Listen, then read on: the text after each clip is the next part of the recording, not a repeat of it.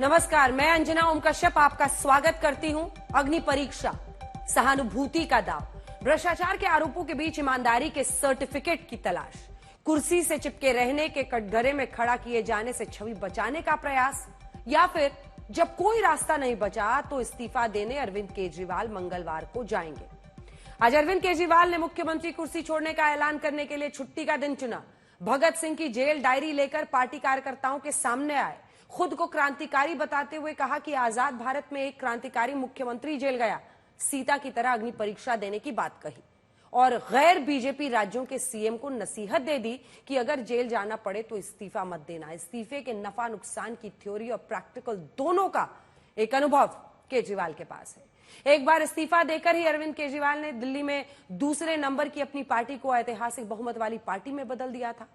10 साल बाद फिर इस्तीफा केजरीवाल देने जा रहे हैं। इतिहास खुद को फिर दोहराया, या फिर सियासत में इस्तीफे वाली कांड की हांडी बार बार नहीं चढ़ती। मुझे लगता है दुनिया का पहला मुख्यमंत्री हूं जिसने अपनी मर्जी से 49 दिन के बाद इस्तीफा दे दिया था। इस्तीफा मैं अपने जूते की नोक पे लेके चलता हूं। मेरे को कोई मुख्यमंत्री की कुर्सी का लालच नहीं है। 49 दिन के बाद इस्तीफा दिया था। कोई अपनी चौकीदार की नौकरी से इस्तीफा नहीं देता। किसने मेरे से इस्तीफा मांगा नहीं था 49 दिन के बाद। 14 फरवरी 2014 मुख्यमंत्री पद से अरविंद केजरीवाल ने जब इस्तीफा दिया,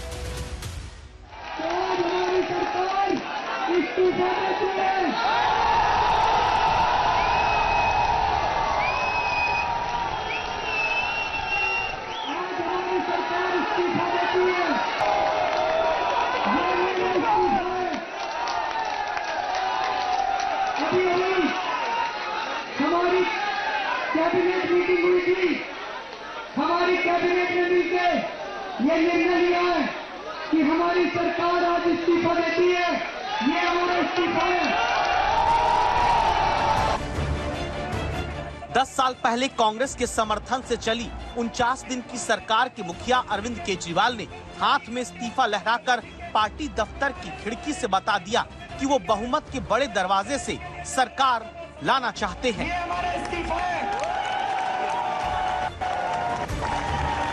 दिसंबर 2013 के विधानसभा चुनाव में आम आदमी पार्टी 28 सीटें पाई। फरवरी 2014 में अरविंद केजरीवाल ने 49 दिन के भीतर इस्तीफा दे दिया था। फरवरी 2015 में हुए विधानसभा चुनाव के नतीजे में केजरीवाल की पार्टी दिल्ली की 70 में से 67 सीट जीत जाती है। तो पिछली बार आपने 49 दिन के लिए हमें वोट दिया था, 28 सीट दी थी, कमी रह गई थी थोड़ी सी।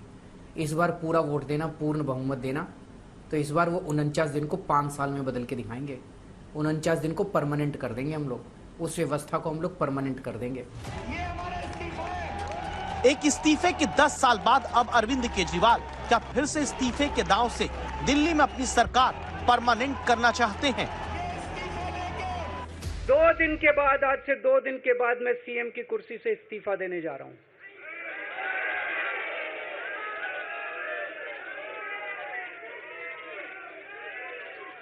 और मैं तब तक सीएम की कुर्सी पे नहीं बैठूंगा जब तक जनता अपना फैसला ना सुना दे। मैं जनता के बीच में जाऊंगा, गली गली में जाऊंगा, घर घर में जाऊंगा, और जब तक जनता अपना फैसला ना सुना दे कि केजरीवाल ईमानदार है, तब तक मैं सीएम की कुर्सी के ऊपर नहीं बैठूंगा। 177 दिन जेल में रहते अरविंद केजरीवाल ने मुख्यमंत्री पद नहीं छोड़ा। 13 सितंबर को जेल से जमानत पर बाहर आने के बाद इस्तीफे की बात नहीं कही। इस्तीफा देने जाने की बात अचानक क्यों कही गई? तो जेल में रह के तो आपने इस्तीफे की बात की नहीं, बाहर आके इस्तीफा देने की बात क्यों हो रही है?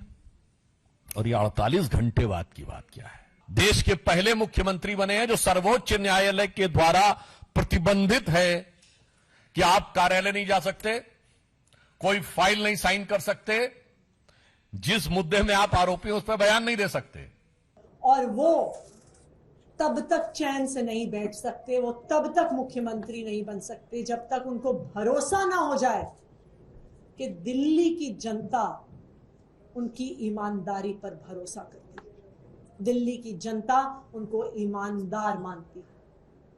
और इसीलिए अरविंद केजरीवाल जी ने फैसला किया है कि जब तक दिल्ली की जनता उनकी ईमानदारी पर भरोसा नहीं दिखा देती, जब तक उनकी ईमानदारी पे जनादेश नहीं देती है, वो मुख्यमंत्री की कुर्सी पे नहीं बैठेंगे।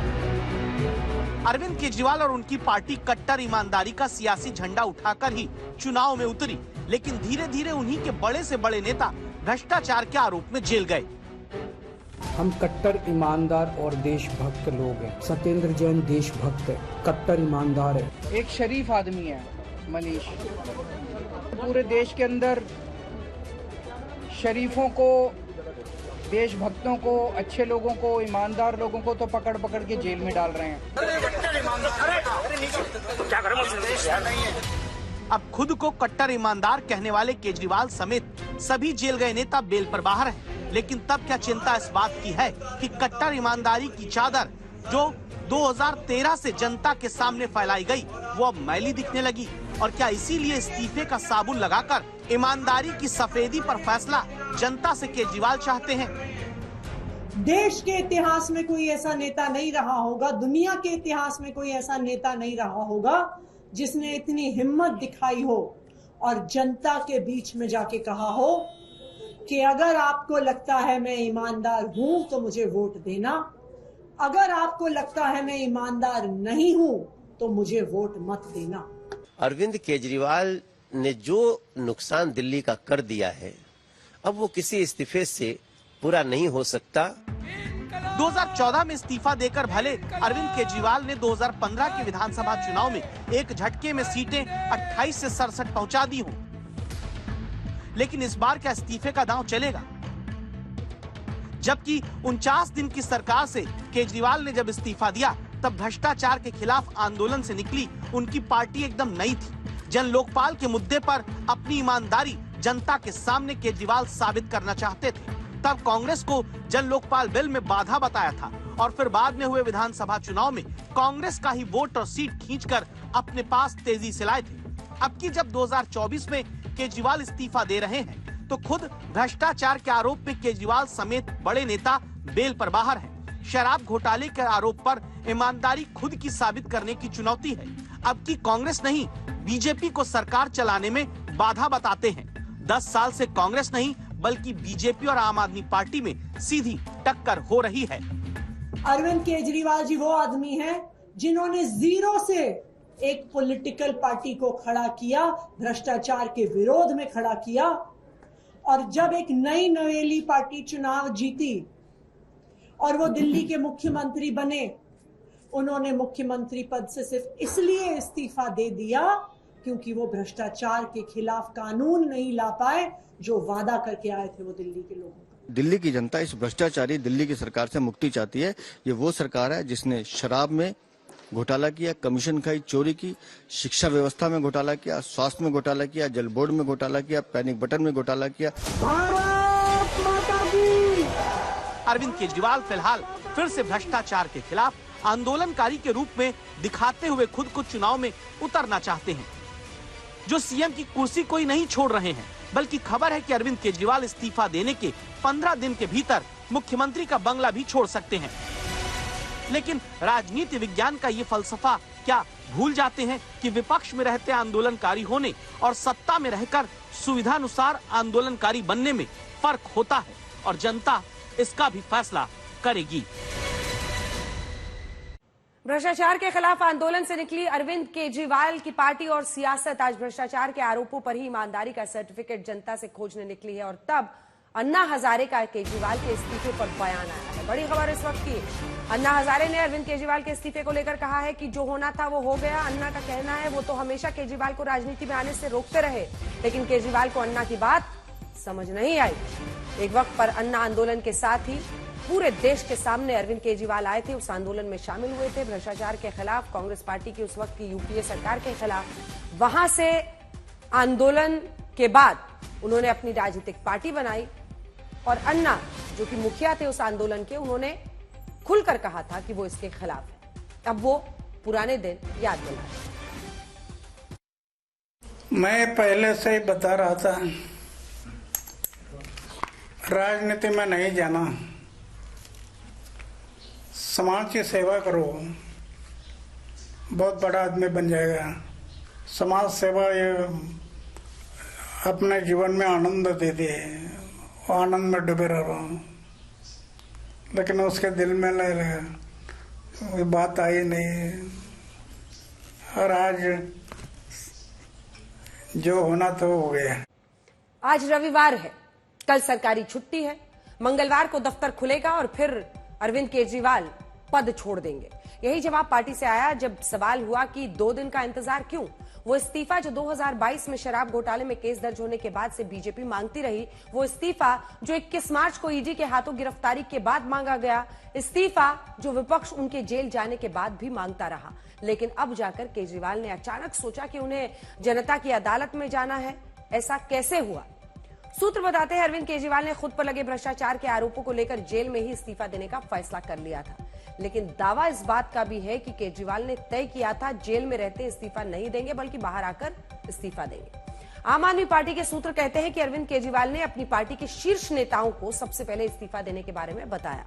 इसके बाद 2 बैठकें हुई जिसमें पार्टी नेताओं ने इस्तीफे को लेकर रणनीति बनाई। अब कल यानी शनिवार को आपने देखा, बीते दिन मनीष सिसोदिया के घर हुई आखिरी बैठक में यह तय हुआ कि अरविंद केजरीवाल इस्तीफा देंगे। लेकिन बीजेपी पूछ रही है कि इस्तीफा देना है तो आज ही क्यों नहीं दे दिए? 2 दिन बाद इस्तीफा देने जाने के पीछे का खेल क्या है? 2 दिन के बाद, आज से 2 दिन के बाद मैं सीएम की कुर्सी से इस्तीफा देने जा रहा हूँ। अब अरविंद केजरीवाल को लेकर 2 अहम सवाल हैं। पहला ये कि जमानत मिलने के बाद उन्होंने अचानक इस्तीफे का ऐलान क्यों किया, और दूसरा ये कि इस्तीफा देने में 2 दिन का वक्त क्यों चाहिए। 48 घंटे किस लिए चाहिए केजरीवाल को? जवाब दें। 48 घंटे किस लिए चाहिए? माता सुनीता के लिए माहौल तैयार करना है, खरीद फरोख्त करनी है, या 2 दिन में माल इकट्ठा करना है, या फाइलें सेटल करनी है, क्या करना है? 2 दिन क्यों, तुरंत क्यों नहीं? उनके किसी बात पर विश्वास लगता है, कुछ मामला उनको अभी सेट करना है ना। सवाल ये कि जब केजरीवाल ने जेल जाने पर भी इस्तीफा नहीं दिया तो बेल मिलने के बाद क्यों दिया? क्या इसकी वजह दिल्ली में राष्ट्रपति शासन की सुगबुगाहट है? क्या समय पर चुनाव सुनिश्चित करने के लिए केजरीवाल ने ये दांव चला? क्या जेल से वापस आने के बाद सहानुभूति पाने के लिए उन्होंने ऐसा किया ताकि चुनावों में इसका फायदा उठाया जा सके? क्या केजरीवाल जनता के सामने ये साबित करना चाहते हैं कि मुख्यमंत्री पद उनका आखिरी लक्ष्य नहीं है, या फिर ये दिल्ली चुनाव से पहले हरियाणा चुनाव में फायदा लेने की कोशिश है? ये किंग पिन है शराब घोटाले के लिए, इसलिए कचहरी ने इनको इस योग्य नहीं माना कि ये सीएम की भूमिका निभाते हो किसी भी फाइल पर हस्ताक्षर करे या सीएम के दफ्तर जाए।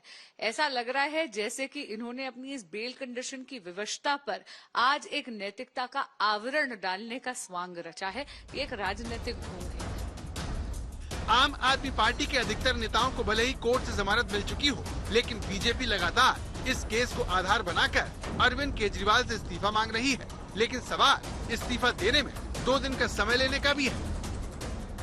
बीजेपी ने ये भी कहा कि 2 दिन क्यों चाहिए? उसका तो सिंपल सा रीजन है, आज संडे है और कल छुट्टी है ईद की, तो नेक्स्ट वर्किंग डे ट्यूसडे है, इसलिए 2 दिन का समय चाहिए। अब सवाल ये है कि क्या केजरीवाल ने सुप्रीम कोर्ट की शर्तों में उलझने की वजह से इस्तीफा दिया? दिल्ली के मुख्यमंत्री अरविंद केजरीवाल को शराब घोटाले केस में जमानत देते हुए सुप्रीम कोर्ट ने कई शर्तें लगाई हैं। इनमें 2 प्रमुख शर्तें हैं। पहली ये कि अरविंद केजरीवाल मुख्यमंत्री दफ्तर नहीं जा सकेंगे। दूसरा, मुख्यमंत्री होने के नाते किसी फाइल पर साइन नहीं कर सकेंगे। तो क्या इस्तीफा देने की सबसे बड़ी वजह यही तो नहीं है? अरविंद केजरीवाल जी आपको एहसान नहीं कर रहे, कोई आप सेक्रीफाइस नहीं कर रहे। मानयोग सुप्रीम कोर्ट ने आपकी जमानत में लिखा है कि आप मुख्यमंत्री कुर्सी से दूर रहेंगे, कोई फाइल साइन नहीं कर सकते, इसलिए आपके पास विकल्प नहीं है। मानयोग सुप्रीम कोर्ट के ऑर्डर के चलते आपको रिजाइन करना पड़ रहा है। और आपने कहा मैं जनता के बीच में जाऊंगा। जनता ने तो 3 महीने पहले ही आपको फरमान सुनाया है। जब आपने कहा था जेल या बेल, लोगों ने कहा जेल।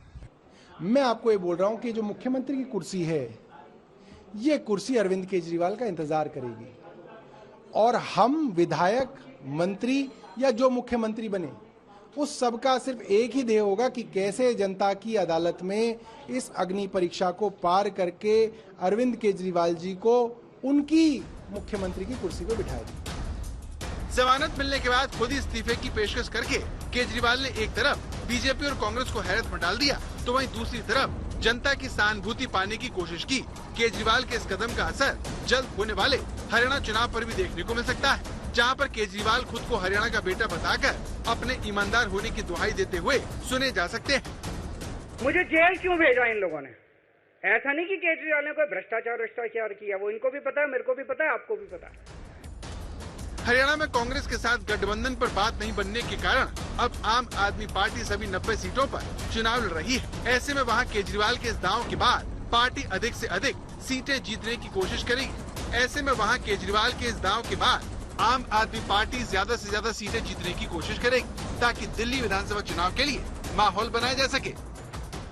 इनको ये लग रहा था केजरीवाल को जेल भेज देंगे तो दिल्ली में इनकी पार्टी टूट जाएगी, दिल्ली में बीजेपी की सरकार बना लेंगे।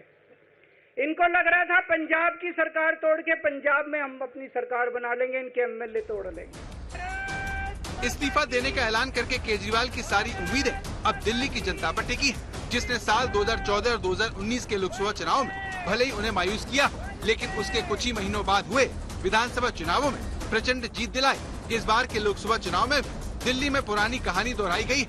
ऐसे में केजरीवाल को भरोसा है कि दिल्ली की जनता उनके इस्तीफे के दांव से प्रभावित होकर तीसरी बार उन्हें सत्ता की कुर्सी पर जरूर बैठाएगी। झारखंड के सीएम हेमंत सोरेन जेल गए तो चंपई सोरेन को कुर्सी दी, जेल से लौटे तो चंपई कुर्सी छोड़कर बीजेपी के हो गए। उससे भी पहले बिहार में नीतीश कुमार ने कुर्सी जीतन राम मांझी को दी तो कुर्सी से हटाने में बहुत पापड़ बेलने पड़े थे। ऐसे में अरविंद केजरीवाल का उत्तराधिकारी, भरोसेमंद उत्तराधिकारी कौन होगा? लालू प्रसाद यादव भ्रष्टाचार के आरोप में जब जेल गए तो राबड़ी देवी को मुख्यमंत्री बनाया। नीतीश कुमार ने 2014 के लोकसभा चुनाव में हार के बाद नैतिक जिम्मेदारी लेकर पद छोड़ा और जीतन राम मांझी को मुख्यमंत्री बनाया। दिल्ली में इन दोनों में से कौन सा मॉडल चलेगा? इन चार चेहरों के बीच से अरविंद केजरीवाल की जगह दिल्ली में अगला मुख्यमंत्री कौन होगा? क्योंकि केजरीवाल ने खुद के साथ ही मनीष सिसोदिया को भी जनता की अदालत में ईमानदारी के पैमाने पर कटघरे में खड़ा माना है। इंकलाब आम आदमी पार्टी। मनीष जी से बात कर रहा था, जो पीड़ा मेरे मन में है वो पीड़ा मनीष जी के मन में भी है। इनके लिए भी वही सब कहा गया जो मेरे लिए कहा गया है। मनीष जी का भी कहना है कि ये दिल्ली के उप मुख्यमंत्री और शिक्षा मंत्री और मंत्री का पद तभी संभालेंगे जब दिल्ली की जनता कहेगी कि मनीष सिसोदिया ईमानदार है। अब सवाल है कि क्या आतिशी को मुख्यमंत्री दिल्ली में चुना जा सकता है? सवाल की वजह समझने के लिए अरविंद केजरीवाल के बेल का आदेश आते ही सामने आए इस वीडियो को देखिए। शुक्रवार को जब सुप्रीम कोर्ट ने बेल का आदेश दिया, मनीष सिसोदिया जिन्हें पार्टी में नंबर 2 माना जाता है, उनके साथ बैठी आतिशी ही सबसे पहले खुशी जताती दिखी। बात सिर्फ इस वीडियो की नहीं, बात है आतिशी के पास की ताकत की। मैंने एलजी साहब को 3 दिन पहले चिट्ठी लिखी, 15 अगस्त के 3 दिन पहले, कि एलजी साहब मैं चूंकि जेल में हूं, मेरी जगह आतिशी जी को झंडा फहराने की इजाजत दी जाए। वो चिट्ठी मेरी एलजी साहब तक नहीं पहुंचाई गई, मुझे चिट्ठी वापस करी गई और मेरे को ये वार्निंग जारी की गई। ये वार्निंग भी लेके आया हूं, जिंदगी भर साथ रखूंगा ये मेरे को वार्निंग दी गई कि दूसरी बार अगर आपने एलजी साहब को चिट्ठी लिखने की हिम्मत करी तो आपके साथ जो फैमिली मुलाकात होती है हर हफ्ते, वो फैमिली मुलाकात बंद कर दी जाएगी। 15 अगस्त को जब केजरीवाल जेल में रहते हैं तो दिल्ली में तिरंगा फहराने के लिए अपनी तरफ से आतिशी का नाम भेजते हैं। आतिशी के पास इस वक्त दिल्ली सरकार में सबसे ज्यादा मंत्रालय की कमान है। आतिशी ही शिक्षा विभाग, पीडब्ल्यूडी, जल विभाग, राजस्व, योजना और वित्त विभाग संभाल रही हैं। महिला वोट और महिलाओं से जुड़े केजरीवाल के आगे के वादों को ध्यान में रखते हुए भी आतिशी का ही नाम मुख्यमंत्री पद के लिए सबसे आगे बताया जाता है। इस वक्त कैबिनेट में बचे आप और सौरभ भारद्वाज हैं, तो निश्चित रूप से लोगों के जहन में होगा कि आप दोनों में से ही कोई एक प्रबल दावेदार होने वाला है, क्योंकि मनीष सिसोदिया नहीं, उन्होंने मना कर दिया मुख्यमंत्री पद का कार्यभार लेने से।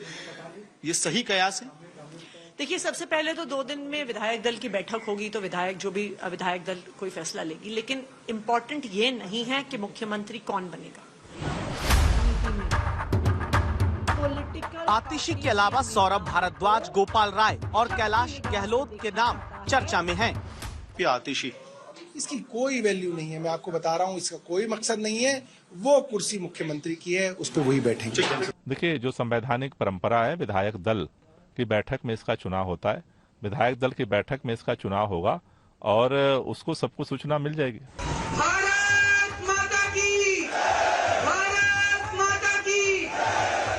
अरविंद केजरीवाल का उत्तराधिकारी उनकी कैबिनेट से ही होने के दावे ज्यादा हैं, क्योंकि तब 2 नए मंत्री को भी चुना जा सकेगा और केजरीवाल चाहेंगे कि वो जातिगत वोट के हिसाब से मंत्री भी अपनी कैबिनेट में नए ला सकें।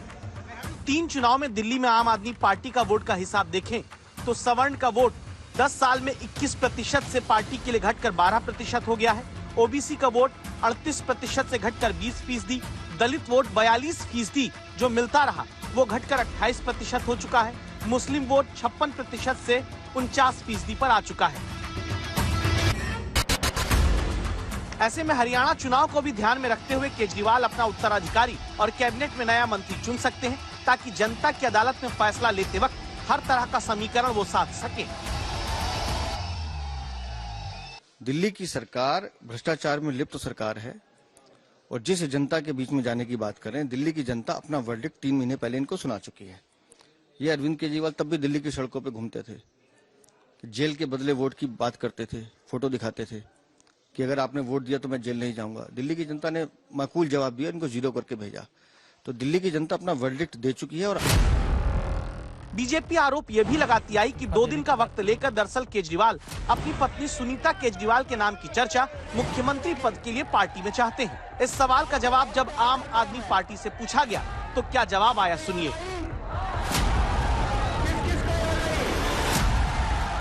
बीजेपी ये कह रही है कि जो हमने कहा था वही हुआ है, मुख्यमंत्री ने इस्तीफा दे दिया। जो हम दूसरी बात कह रहे हैं कि सुनीता केजरीवाल को मुख्यमंत्री बना दिया जाएगा, ये भी आपको जल्द सामने नजर आएगा। बता दो।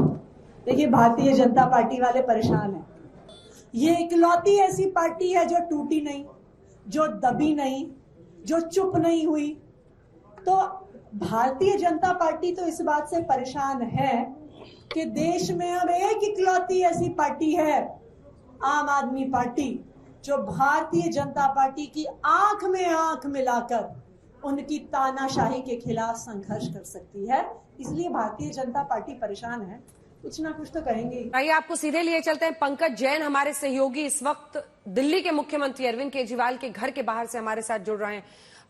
क्या खबर है पंकज वहां से, और क्या संभावित सीएम कौन, इस जवाब के आप जरा भी करीब पहुंचे हैं सुबह से शाम तक?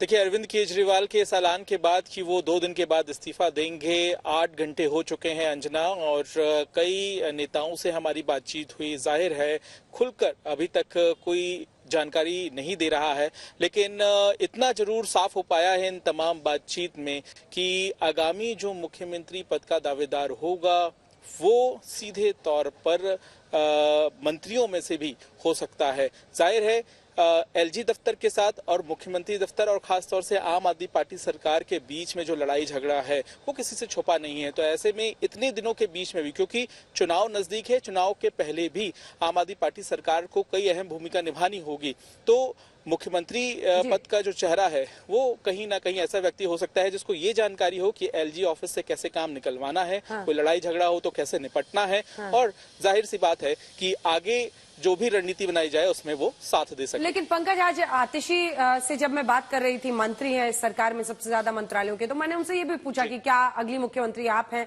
लेकिन जब मैंने उनसे दूसरा प्रश्न सुनीता केजरीवाल को लेकर पूछा कि क्या ऐसा मुमकिन है कि कोई नॉन विधायक, जो भी विधायक नहीं है, वो मुख्यमंत्री बनाया जाए, तो जवाब में उन्होंने एक लाइन कही कि अगर ऐसा होता है तो जो भी है वो अगले 6 महीने में विधायक चुना जा सकता है। इसको कैसे डिकोड करें? बिल्कुल, किसी भी तरह की संभावनाओं को आम आदमी पार्टी फिलहाल विराम नहीं देना चाहती है। ये कहीं ना कहीं वजह नजर आती है, क्योंकि हमारी भी जो बातचीत हुई वो यही इशारा करती है कि जो विधायक है मौजूदा, जिसे अच्छी समझ है पूरे कामकाज की, उसे कहीं ना कहीं ये जिम्मेदारी दी जा सकती है। और बिल्कुल, क्योंकि किसी बाहरी चेहरे को अगर बनाया जाता है जो कि विधायक नहीं है या मंत्री नहीं है, तो ऐसी स्थिति में चुनाव तो होने हैं, वो बाद में चुन लिया जाएगा, लेकिन फिर सीट कौन सी होगी, क्या वो जरूरी है या नहीं, क्योंकि देखिए कई अहम फैक्टर है अंजना यहाँ पर। क्योंकि इस वक्त जो सरकार की मौजूदा स्थिति है उसमें जहां पर एलजी के पास अधिकार बढ़ा दिए गए हैं, आम आदमी पार्टी सरकार के पास कुछ निश्चित अधिकार हैं, तो इन तमाम संवैधानिक तथ्यों के बीच में सरकार को चलाना होगा। तो उस दौरान क्या ये जरूरी होगा कि सीधे तौर पर ऐसे चेहरे को लाया जाए जिसको बाद में चुन लिया जाएगा? तो फिलहाल ऐसा लगता है कि ये संभव नहीं हो पाएगा। जितनी जानकारी मिली है, आप देखिएगा, ये जरूर होगा कि ऐसा व्यक्ति जिसको बहुत जानकारी है इस बारे में कि सरकार को कैसे चलाना है, वही चेहरा हो सकता है। एक लाइन में आप आतिशी की तरफ इशारा कर रहे हैं। देखिए, संभावनाओं से इंकार नहीं किया जा सकता। जाहिर है कि हमारे सूत्रों ने अभी उनका नाम कंफर्म नहीं किया है, लेकिन अगर नाम कंफर्म कर देंगे मैं जरूर आपको बताऊंगा। लेकिन हाँ, इशारा यही है कि जानकारी जिससे ज्यादा होगी उसे ही ये चेहरा बनाया जाएगा। बहुत धन्यवाद आपका पंकज जैन तमाम जानकारी के लिए। तो कुल मिलाकर परिस्थिति ये दिखाई दे रही है कि अरविंद केजरीवाल और विधायक दल की बैठक में ही तय होगा। धन्यवाद आपका जानकारी देने के लिए। आतिशी का नाम आज के भी भाषण में अरविंद केजरीवाल ने लिया। जब चर्चा इस बात की आई कि उन्होंने 15 अगस्त को तिरंगा फहराने के लिए आतिशी के नाम को चुनकर चिट्ठी एलजी को भेजी थी, वो चिट्ठी तो एलजी तक नहीं पहुंची, लेकिन क्या अब आतिशी का नाम एलजी तक मुख्यमंत्री पद के लिए पहुंचेगा? केजरीवाल की कैबिनेट में सबसे हैवीवेट मंत्री आतिशी से हर रणनीति पर हमने बात की। क्या मैं दिल्ली की अगली मुख्यमंत्री से इस वक्त बातचीत कर रही हूं आज तक पर? जी, आप एक ऐसी पार्टी की नेता से बात कर रही हैं जिसने आज एक ईमानदारी की नई मिसाल कायम की है। आप अरविंद केजरीवाल की एक ऐसी सिपाही से बात कर रही हैं जिनको अरविंद केजरीवाल जी पे गर्व है कि उन्होंने ईमानदारी की राजनीति में एक नया मिसाल स्थापित किया है। किस देश के नेता में आज ये हिम्मत है कि वो जनता को जाके बोल सके कि अगर मेरी ईमानदारी पे भरोसा है तो मुझे वोट दो, मेरी ईमानदारी पे भरोसा नहीं है तो मुझे वोट मत दो। आप मुझे देश में एक भी कोई और ऐसा नेता बता दीजिए जिसमें इस तरह की हिम्मत है। हम तो चाहते हैं कि केंद्र सरकार जल्द से जल्द चुनाव कराए कि जनता ये फैसला कर सके कि अरविंद केजरीवाल ईमानदार हैं या अरविंद केजरीवाल बेईमान है। सबका ये कहना है कि टू लिटिल टू लेट। अगर इस्तीफा देना था तो उस वक्त देना था जब ये आरोप लगे थे। इस्तीफा देना था तो पूरी तरह से देना था, विधानसभा भंग करते। अब मुख्यमंत्री आपकी पार्टी का बना रहेगा ताकि कुर्सी भी आपकी पार्टी के पास रहे, उनका घर भी उनके लिए बरकरार रहे। मतलब यथास्थिति बनाते हुए ये इस्तीफा देना टर्म्स एंड कंडीशंस वाला शायद बहुत ज्यादा सहानुभूति ना बटोर सके। इस सवाल पर आप क्या जवाब देंगे?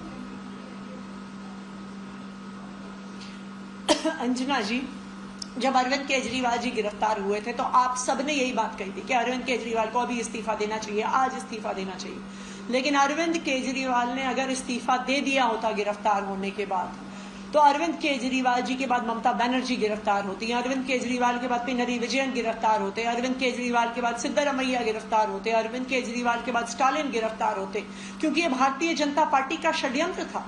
जिस तरह ने उन्होंने पिछले 10 साल में विधायकों की खरीद फरोख्त करके, ऑपरेशन लोटस करके विपक्ष की सरकारें देश भर में गिराई हैं, ये उनका नया फॉर्मूला था, नया षड्यंत्र था कि एक मुख्यमंत्री को, जहां पर भी विपक्ष की सरकारें हैं, मुख्यमंत्री को गिरफ्तार कर लो। मुख्यमंत्री को गिरफ्तार करने के बाद वो इस्तीफा देंगे तो आप सरकार गिरा दो। उन्होंने हेमंत सोरेन को गिरफ्तार किया, उसके बाद अरविंद केजरीवाल को गिरफ्तार किया। तो अरविंद केजरीवाल ने इस्तीफा इसलिए नहीं दिया, क्यों? क्योंकि अरविंद केजरीवाल इस देश के लोकतंत्र को बचा रहे थे। आतिशी जी, आवाज आ रही है? हेमंत सोरेन ने तो इस्तीफा दिया था, उनकी सरकार तो नहीं गिरी। ये भारतीय जनता पार्टी का षड्यंत्र है अंजना जी। ऐसा कैसे है कि ईडी और सीबीआई के सारे केस फिर विपक्ष के नेताओं पे लगते हैं? पिछले 10 साल से जब से भारतीय जनता पार्टी की सरकार बनी है, ऐसा कैसे है कि सीबीआई और ईडी ने एक भी केस नहीं रजिस्टर किया? बिहार में रोज रोज पुल टूट रहे हैं, क्या वहां भ्रष्टाचार हुआ कि नहीं हुआ? वहां पे एक केस क्यों नहीं रजिस्टर होता? वहां पर गुजरात में 25 साल की सरकार के बाद हजारों करोड़ रुपए के बजट के साथ सरकारी स्कूल कितने टूटे फूटे हैं, क्या सीबीआई ईडी ने कोई केस रजिस्टर किया? नहीं किया। बेईमान तो भारतीय जनता पार्टी वाले हैं, लेकिन सीबीआई और ईडी का प्रयोग वो यूज कर रहे हैं सिर्फ विपक्ष की सरकारों को गिराने के लिए, और इस लोकतंत्र को बचाने के लिए अरविंद केजरीवाल जी ने इस्तीफा नहीं दिया, और उससे भारतीय जनता पार्टी की साजिश भी फेल हो गई। वरना ममता बनर्जी भी गिरफ्तार होती, अखिलेश यादव भी गिरफ्तार होते, सिद्धरमैया भी गिरफ्तार होते, पिनरई विजयन भी गिरफ्तार होते, स्टालिन भी गिरफ्तार होते, एक एक करके सब विपक्ष के मुख्यमंत्री गिरफ्तार होते। नवंबर में महाराष्ट्र और झारखंड का ऑफिस खत्म होगा, आपका 23 फरवरी तक है, तो कैसे मुमकिन हो पाएगा कि महाराष्ट्र और झारखंड के साथ चुनाव हो जाए? नहीं, बिल्कुल हो सकता है। टेन्योर खत्म होने से 6 महीने पहले कभी भी इलेक्शन कमीशन चुनाव करवा सकती है। तो इलेक्शन कमीशन चाहे तो आज चुनाव की घोषणा कर दे, आने वाले अगला चुनाव महाराष्ट्र का है, उसके साथ दिल्ली का भी चुनाव करवा ले। आम आदमी पार्टी अरविंद केजरीवाल ये चैलेंज दे रही है, कराइए चुनाव, जनता को करने दीजिए फैसला कि क्या अरविंद केजरीवाल ईमानदार है या अरविंद केजरीवाल ईमानदार नहीं है। क्या भारतीय जनता पार्टी ने सिर्फ गंदी राजनीति करी है या उनकी आरोपों में कुछ सच है? करने दीजिए जनता को फैसला। जनता ये फैसला करेगी कि अरविंद केजरीवाल ईमानदार है कि नहीं है। भारतीय जनता पार्टी ये फैसला नहीं करेगी, दिल्ली के लोग ये फैसला करेंगे अरविंद केजरीवाल ईमानदार हैं कि नहीं है, ना कि नोएडा के स्टूडियो में बैठने वाले एंकर और विशेषज्ञ। तो अब फैसला जनता को करना है, होने दीजिए नवंबर में चुनाव, दिल्ली के लोग अपना फैसला देंगे। केजरीवाल ने अगर आतिशी को मुख्यमंत्री चुना और फिर चुनाव जीत गए तो क्या महिला सीएम को हटाकर खुद उस कुर्सी पर बैठेंगे या फिर एक ऐसा नेता केजरीवाल चुनेंगे जो सिर्फ मोहरा होगा? इन सवालों का जवाब संजय सिंह से जब आज पूछा तो जवाब सुनिए। संजय जी, विधानसभा भंग क्यों नहीं कर रहे? इस्तीफा 2 दिन बाद दूंगा, बीजेपी चुनाव कराए, इसके पीछे क्या वजह है? देखिए, पहली बात तो ये कि भारतीय जनता पार्टी की जो मंशा थी, जो खरीद फरोख्त का प्रयोग उन्होंने खोखा खोखा करके महाराष्ट्र में किया, कर्नाटक में किया, मध्य प्रदेश में किया, अरुणाचल उत्तराखंड में किया, वो प्रयोग अरविंद केजरीवाल जी ने अपने जज्बे और हौसले से ध्वस्त किया और फेल किया। दूसरी बात ये कि जो 5 महीने 6 महीने भाजपा वाले राग अलापते रहे, इस्तीफा दो इस्तीफा दो इस्तीफा दो, वो प्रयोग अगर इनका दिल्ली में सफल हो जाता तो वही स्टालिन के साथ करते, वही विजयन जी के साथ करते, वही ममता बनर्जी जी के साथ करते, वही भगवंत मान जी के साथ करते। वो उनकी ये जो योजना थी विपक्षी सरकारों को गिराने की, उसको भी फेल करने का काम अरविंद केजरीवाल ने किया। आज जो फैसला लिया है, एक ऐसे मुख्यमंत्री जिन्होंने ईमानदारी से दिल्ली के लोगों की सेवा की, बेहतरीन स्कूल बनाए, ऐसे स्कूल जिसके अमेरिका के राष्ट्रपति की ट्रंप की पत्नी हिंदुस्तान आई तो उन्होंने कहा मैं केजरीवाल का स्कूल देखना है। अच्छे अस्पताल बनाए, मोहल्ला क्लिनिक बनाया, बिजली फ्री दिया, पानी फ्री दिया, बस की यात्रा फ्री दी, बुजुर्गों की तीर्थ यात्रा फ्री कराई, बावजूद इसके मुनाफे का बजट दिया। ये उनकी ईमानदारी का काम है, जो चिल्ला चिल्ला के बोल रहा है कि दिल्ली के लोगों की सेवा उन्होंने ईमानदारी के साथ की जी। लेकिन संजय जी, झूठ का पहाड़ जो खड़ा किया था, संजय जी, जो बेबुनियाद केस खड़ा किया था, 1 मिनट पूरी कर लूं बात अपनी, 1 मिनट अपनी बात पूरी कर लूं। जो बेबुनियाद केस खड़ा किया था, जो केस सुप्रीम कोर्ट में जाके ध्वस्त हो जा रहा है, न केजरीवाल जी के घर से कोई पैसा बरामद हुआ, न कोई संपत्ति मिली, न कोई फ्लैट का कागज मिला, न कोई कुछ साबित कर पाए कोर्ट में लोग। तो सुप्रीम कोर्ट ने क्या कहा कि सीबीआई तोता है अमित शाह का, मोदी का। इसका मतलब दुर्भावना से गिरफ्तारी की गई केजरीवाल की, राजनीति से प्रेरित होकर गिरफ्तारी की गई और आम आदमी पार्टी को और केजरीवाल को खत्म करने के उद्देश्य से गिरफ्तारी की गई। ये तो सुप्रीम कोर्ट के फैसले से साबित होता है। अब हम जनता के बीच में जा रहे हैं ये कहने के लिए कि आप हमारे मालिक हैं लोकतंत्र के, आपको तय करना है और मुझे पूरा भरोसा है केजरीवाल की ईमानदारी पर दिल्ली की जनता प्रचंड बहुमत से मोहर लगाने का काम करेगी। लेकिन 177 दिन जेल में रहते हुए मुख्यमंत्री बने रहना और रिहाई के बाद, जमानत मिलने के बाद बाहर आकर इस्तीफा देना, दोष मुक्त नहीं हुए हैं अभी रिहाई हुई है जमानत पर। ऐसे में 177 दिन तक यही ईमानदारी, ये जमीर क्यों नहीं जागा? ये प्रश्न तो संजय जी पूछा ही जाएगा। ये 177 दिन जेल में जो उन्होंने यातनाएं झेली, वो भारत के लोकतंत्र और संविधान को बचाने के लिए, भारत के विपक्षी राज्यों की सरकारों को बचाने के लिए, खरीद फरोख्त और हॉर्स ट्रेडिंग को रोकने के लिए, आम आदमी पार्टी को बचाने के लिए, इसलिए इस्तीफा नहीं दिया उन्होंने। पर हेमंत सोरेन की सरकार तो नहीं गिरी संजय जी। क्या करना संजय जी एक सवाल तो सुनिए, हेमंत सोरेन की सरकार तो नहीं गिरी, वो भी जेल गए थे, इस्तीफा दिया जी।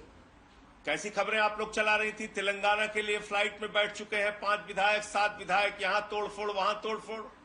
आप ही के चैनल पे मैंने देखा था, तब तो मैं जेल में ही था। तो इसलिए प्रयोग नहीं किया, कोशिश नहीं की, ये तो आप नहीं कह सकती। ठीक है, वहां उन्होंने, हेमंत सोरेन जी ने प्रयास करके उनको विफल किया, सरकार उनकी बच गई किसी तरीके से, चंपई सोरेन जी मुख्यमंत्री बन गए। अब क्या किया? निकलने के बाद चंपई सोरेन जी को तोड़ दिया। तो बीजेपी इस काम में मास्टर, उनका पूरा दिमाग इसी काम में चलता है। खोखा खोखा, तोड़ फोड़, खरीद फरोख्त, गोवा में करो, महाराष्ट्र में सरकारों को गिराओ, पार्टियों को तोड़ो, मध्य प्रदेश में गिराओ, कर्नाटक में गिराओ, अरुणाचल में गिराओ, उत्तराखंड में गिराओ, कितनी सरकारें इन्होंने गिराई। आप बताइए ना, कहां ये पीछे रहते हैं? अच्छा, आम आदमी पार्टी के चंपई सोरेन कौन बनेंगे? सांसद को तोड़ लिया, मान लीजिए एक विधायक को तोड़ लिया, आम आदमी पार्टी के चंपई सोरेन कौन बनेंगे? कई लोग मानते हैं कि विधायक दल की बैठक में तय होगा। चंपई सोरेन हमारे, देखिए चंपई सोरेन आप गलत उदाहरण देंगी। विधायक दल की बैठक में किसी का नाम तय होगा तो वो सर्वसम्मति से तय होगा, केजरीवाल जी की मौजूदगी में तय होगा, वो मुख्यमंत्री बनेगा दिल्ली का। ये पार्टी की अपनी प्रक्रिया है, लोकतंत्र की प्रक्रिया है, उसका पालन करेंगे हम लोग। अरविंद केजरीवाल ने जिस चुनावी सभा में आज इस्तीफा देने का ऐलान किया, वहां वेलकम बैक के पोस्टर्स लगे थे। जिस तरह की नारेबाजी हुई, उससे लगा कि आम आदमी पार्टी अब बीजेपी के खिलाफ एक नए नैरेटिव को गढ़ने की कोशिश कर रही है। इस इस्तीफे के बाद केजरीवाल खुद को किसी भ्रष्टाचार में लिप्त नेता के बजाय राजनीतिक शिकार नेता के तौर पर पेश कर। में अरविंद केजरीवाल ने दिल्ली की कांग्रेस सरकार को बेईमान और खुद को ईमानदार बताकर चुनाव जीता था। अब 10 साल बाद उनकी पार्टी सत्ता में है और वो बीजेपी को बेईमान बताकर अपनी ईमानदारी की दुहाई दे रहे हैं। लेकिन क्यों? दिल्ली की जनता को लगता है केजरीवाल बेईमान है। मैं 1 मिनट के लिए सीएम की कुर्सी पे भी नहीं बैठूंगा, 1 मिनट के लिए मैं बैठने को तैयार नहीं। सीएम आवास की साज सज्जा में करोड़ों का खर्चा या फिर शराब घोटाले में शामिल होने के आरोप, इन सभी मामलों ने कहीं न कहीं केजरीवाल और उनकी पार्टी की छवि को नुकसान पहुंचाया है। इसीलिए केजरीवाल एक बार फिर अपनी ब्रांडिंग कट्टर ईमानदार के तौर पर करने में जुट गए। मैंने अपने जीवन में कुछ नहीं कमाया, मेरा बैंक अकाउंट खाली है, हमारी पार्टी का बैंक अकाउंट खाली है। मैंने जिंदगी में कुछ नहीं कमाया, अपनी इज्जत और अपनी ईमानदारी के सिवा मेरे पास कुछ नहीं आया। केजरीवाल जानते हैं कि भ्रष्टाचार की जरा भी छींटे उनकी राजनीति की संभावनाओं को दागदार कर सकते हैं। इसीलिए इस्तीफे का ऐलान करके कुर्सी का मोह न होने का दांव चला और जनता से जुड़ने के लिए अपने संघर्ष की याद दिलाए। इनकम टैक्स में कमिश्नर की नौकरी करता था, 2000 में नौकरी छोड़ के सन 2000 से 2010 तक 10 साल मैंने दिल्ली की झुग्गियों के अंदर बिताए हैं। कुछ महीने दिल्ली की झुग्गियों में जाके रहा मैं, झुग्गी के अंदर, नंद नगरी, सुंदर नगरी की झुग्गियों के अंदर मैंने गली गली में खाक छानी है कि गरीब आदमी रहता कैसे, उसके घर का गुजारा कैसे चलता है। अगर पैसे कमाने हो तो इनकम टैक्स कमिश्नर की नौकरी बुरी नहीं थी। और जब मैंने नौकरी छोड़ी थी तब कोई पार्टी नहीं थी, कुछ नहीं थी। ऐसा नहीं था कि उस टाइम ये था मुख्यमंत्री बनने चला था या कोई पार्टी, कुछ नहीं था, कोई भविष्य नहीं था, केवल देश के लिए जुनून था कि देश के लिए कुछ करना है। केजरीवाल ने भले इस्तीफे की घोषणा अपने भाषण के बीच में कही, लेकिन वो अपने भाषण में क्या संदेश देने जा रहे उसकी झलक भाषण की शुरुआत में ही देखने को मिली, जब समर्थकों ने उन्हें लाल बहादुर शास्त्री की तरह बताया।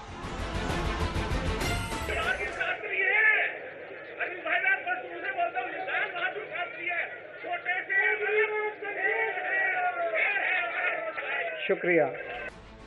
देश के पूर्व प्रधानमंत्री लाल बहादुर शास्त्री जब रेल मंत्री थे तो उन्होंने एक हादसे की जिम्मेदारी लेते हुए अपना इस्तीफा दे दिया था। इसके बाद लाल बहादुर शास्त्री राजनीति में नैतिकता और ईमानदारी की मिसाल बन गए। केजरीवाल की तरफ से इसी तरह के कदमों की याद दिलाई गई। 49 दिन की सरकार के बाद इस्तीफा दिया था, अपने असूलों के लिए इस्तीफा दिया था। किसी ने इस्तीफा मांगा नहीं था, अपने आप इस्तीफा दिया था। आज के तारीख में, आज के जमाने में कोई अपनी चपरासी की नौकरी नहीं छोड़ता। मैंने मुख्यमंत्री की कुर्सी छोड़ी थी, अपने आप छोड़ी थी। न पद का लालच है, न दौलत का लालच है, केवल देश के लिए कुछ करने का जुनून है। देश के लिए कुछ करने के लिए आए हैं। ये करने के लिए नहीं आया था मैं, सत्ता से पैसा और पैसे से सत्ता, इस खेल के खेलने के लिए मैं नहीं आया था। मैं देश के लिए कुछ करने के लिए आया था। लोकसभा चुनाव में आम आदमी पार्टी ने केजरीवाल की गिरफ्तारी को मुद्दा बनाते हुए जेल का जवाब वोट से देने की जनता से अपील की थी, लेकिन दिल्ली की जनता ने सभी 7 सीटों पर बीजेपी को जिता दिया। पंजाब में भी पार्टी उम्मीद के मुताबिक प्रदर्शन नहीं कर सकी। अब सवाल यह है कि जनता का विश्वास हासिल करने के बाद ही सीएम की कुर्सी पर बैठने का केजरीवाल का दांव क्या दिल्ली के विधानसभा चुनाव में चलेगा? केजरीवाल थेथड़ हैं, भ्रष्टाचार के दलदल में डूबे हैं। वो हरियाणा में फिर जाकर के इमोशनल गेम खेलेंगे और दिल्ली में भी इमोशनल गेम खेलेंगे। जैसे दीवार पिक्चर में अमिताभ बच्चन के हाथ पे लिखा था, वैसे ही दिल्ली की जनता उसके ठीक उलट अपने हाथ पर लिखेगी कि मेरा केजरीवाल ईमानदार। अगले महीने हरियाणा, फिर उसके बाद महाराष्ट्र और अगले साल की शुरुआत में दिल्ली में विधानसभा चुनाव। सवाल ये है, क्या केजरीवाल अपने इस दांव से अपनी छवि को मजबूत कर पाएंगे? केजरीवाल के सियासी दाव की पहली चुनावी परीक्षा 5 अक्टूबर को हरियाणा में है। ये केजरीवाल का गृह राज्य है, जहां कांग्रेस से आम आदमी पार्टी का गठबंधन हुआ नहीं। केजरीवाल का पूरा फोकस अब हरियाणा में चुनाव प्रचार पर होगा, ताकि वो दिल्ली में होने वाले विधानसभा चुनाव से पहले अपने समर्थकों में एक माहौल बना सके। अरविंद केजरीवाल जब तिहाड़ जेल गए थे, 1 अप्रैल को वजन 65 किलो था। अभी जेल से बेल पर निकलने से पहले पिछले बुधवार को अरविंद केजरीवाल का वजन 62.5 किलो बताया गया। वजन की बात पहले इसीलिए क्योंकि सियासत में नेताओं का कद, पद और वजन बहुत मायने रखता है। जहां दिल्ली और पंजाब तक कांग्रेस को ही पीछे करके सत्ता तक केजरीवाल अपनी पार्टी को ला चुके हैं, तब इन दोनों राज्यों के बीच हरियाणा है, जहां मतदान में अब ज्यादा दिन नहीं बचे हैं। सवाल ये कि केजरीवाल के इस्तीफे के दांव से क्या पार्टी हरियाणा के चुनाव में भी दिल्ली की तरह झाड़ू लगा सकती है, जहां केजरीवाल को हरियाणा का छोरा बताकर माहौल बनाया जा रहा है। मैं जहां भी गया हरियाणा से, आपका सिर झुकने नहीं दिया मैंने। हरियाणा का सिर ऊपर रखा। दिल्ली में आज जितने काम कर रहा हूं मैं, दिल्ली के इतने स्कूल ठीक कर दिए, स्कूल शानदार कर दिए। सुना आपने दिल्ली के स्कूल अच्छे हो गए? दिल्ली के स्कूल इतने अच्छे कर दिए, सारे कहते हैं हरियाणा का छोरा है। वैसे केजरीवाल के इस इमोशनल कार्ड का असर अभी तक हरियाणा के चुनावों पर होता नहीं दिखा है, क्योंकि 2014 से 2024 तक के लोकसभा और विधानसभा चुनावों में हरियाणा के भीतर आम आदमी पार्टी का वोट गणित देखें तो न तो सांसदी में जीत मिली, न विधायकी में। वोट शेयर 4.5% तक नहीं पहुंच पाया। पिछली बार विधानसभा चुनाव में तो पार्टी के सारे उम्मीदवारों की जमानत जब्त हो गई थी। अब की बार के लोकसभा चुनाव में कांग्रेस के साथ उतरने पर भी जीत केजरीवाल के कैंडिडेट की हरियाणा में नहीं हो पाई। अब सवाल ये है कि क्या केजरीवाल इस्तीफा देकर इस सियासी गणित को सुधार पाएंगे? आम आदमी पार्टी के मुखिया मेरे पति अरविंद केजरीवाल हरियाणा के ही लाल हैं, हरियाणा के बेटे हैं। पूरी देश दुनिया में उनके इन्हीं कामों की वजह से देश दुनिया में हरियाणा का नाम हो रहा है। आप अपने हरियाणा के लाल केजरीवाल जी को एक मौका दीजिए। आपने सबको मौका देके देखा है। केजरीवाल के जेल में रहने की वजह से हरियाणा में पार्टी का प्रचार अभी तक नहीं हो पा रहा था। बड़ी बात यह है कि दिल्ली और पंजाब की तरह हरियाणा में उनकी पार्टी का कैडर इतना मजबूत नहीं है। इसीलिए पार्टी की तरफ से केजरीवाल की गैर मौजूदगी में इस चुनाव को हरियाणा की इज्जत से जोड़ने की भी कोशिश की गई। अरविंद जी सिवानी गांव में पैदा हुए, हिसार में उनकी परवरिश हुई। पिताजी हिसार में नौकरी करते थे। बहुत ही साधारण परिवार। कोई सपने में भी नहीं सोच सकता था कि हरियाणा का ये लड़का 20 साल बाद जाकर दिल्ली का मुख्यमंत्री बन जाएगा। मामूली बात नहीं है, किसी चमत्कार से कम नहीं है। अब खुद केजरीवाल ऐसी बातें हरियाणा में करते हुए दिखेंगे। मुख्यमंत्री का पद छोड़कर उनका सारा फोकस अपने ही गृह राज्य में होगा। लेकिन सवाल वही है कि क्या केजरीवाल के प्रचार करने से हरियाणा में आम आदमी पार्टी का खाता खुलेगा? हरियाणा की जनता से, असंध की जनता से कि आपने सारी पार्टियों को आजमा कर देख लिया। भाजपा को भी आजमा लिया, कांग्रेस को भी अपना लिया, जजपा इनेलो को भी अपना लिया। एक बार आम आदमी पार्टी को अपना कर देखो। हरियाणा के अपने लाल अरविंद केजरीवाल को अपना कर देखो। जैसे दिल्ली और पंजाब की जनता हर चुनाव में अब आई लव यू केजरीवाल बोलकर झाड़ू का बटन दबाती है, वैसे इस बार अगर हरियाणा की जनता ने आम आदमी पार्टी को मौका दिया तो लगातार आम आदमी पार्टी हरियाणा के लोगों की सेवा करेगी। कोई पढ़ाई नहीं होती थी। हरियाणा में इस बार आम आदमी पार्टी सभी 90 सीटों पर चुनाव लड़ रही है। अरविंद केजरीवाल की अब सारी कोशिश हरियाणा की जनता को भावुक करने की होगी। अब अगर इसमें वो कामयाब हुए तो वो किसे ज्यादा नुकसान पहुंचाएंगे? क्या वो सत्ता विरोधी वोट में सेंध लगाकर कांग्रेस की सीटें कम करेंगे या फिर बीजेपी के कोर शहरी वोटर को अपने पाले में लाकर उसे झटका देंगे? हरियाणा में कांग्रेस और बीजेपी का मुकाबला है और अभी नहीं, पहले भी था। पार्लियामेंट इलेक्शंस में भी हमने देखा है और हरियाणा की जनता से हम यही निवेदन करना चाहेंगे कि जब कांग्रेस और बीजेपी का ही मुकाबला है तो दूसरे इधर उधर अगर झांकेंगे तो बीजेपी को फायदा पहुंचेगा। 2019 के मुकाबले हरियाणा में आम आदमी पार्टी का संगठन मजबूत माना जा रहा है। मेरे से लिख के ले लो, भारतीय जनता पार्टी की इस बार 20 सीटें भी नहीं आ रही इस चुनाव में, लेकिन ये जरूरी है कि सरकार किसकी बनती है। मैं आपको ये विश्वास दिलाना चाहता हूं कि इस बार जो भी सरकार बनती है वो आपके वोट और आम आदमी पार्टी के बिना नहीं बनेगी हरियाणा में। जब अरविंद केजरीवाल हरियाणा के गांव-गांव घूमकर जनता से मिलेंगे तो इसका अलग ही असर हो सकता है। हालांकि ये वोट में कितना तब्दील होगा ये तो चुनाव के नतीजे बताएंगे। और इसी के साथ हमारी इस विशेष पेशकश में इतना ही। दिल्ली के मुख्यमंत्री परसों देंगे इस्तीफा, कौन बनेगा अगला मुख्यमंत्री रहेगी हमारी नजर। देश दुनिया की बाकी खबरों के लिए आप देखते रहिए।